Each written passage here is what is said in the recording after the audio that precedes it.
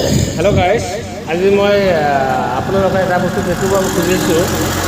এইটো হ'ল একেবাৰে অসমৰ শেষ সীমানা, মানে যিটো মানকাছাৰ ডিষ্ট্ৰিক্টৰ লাষ্ট, এইটো হ'ল আপোনাৰ কাকৰিপাৰা জেডপিচিৰ আণ্ডাৰত। এইটো আপোনাৰ কি হ'ল শিয়ালতাৰী বুলি কোৱা হয়।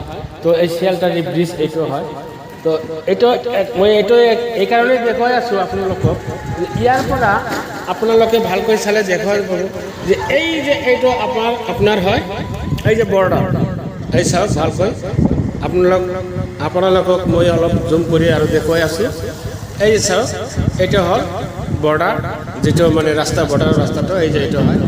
আৰু সেইফালে যিটো আপোনাৰ বস্তিটো দেখুওৱা যায়, এই যে চাওক, এই যে ঘৰবিলাকে দেখুৱাই আছে, যি ঘৰবিলাক দেখা যায় সেই ঘৰবিলাকে হ'ল বাংলাদেশৰ। তো এইটো হ'ল একেবাৰে শেষ সীমান্তৰ এৰিয়া হয়। সেইকাৰণে ইয়াত আমি এটা বিয়াতো গৈছিলোঁ।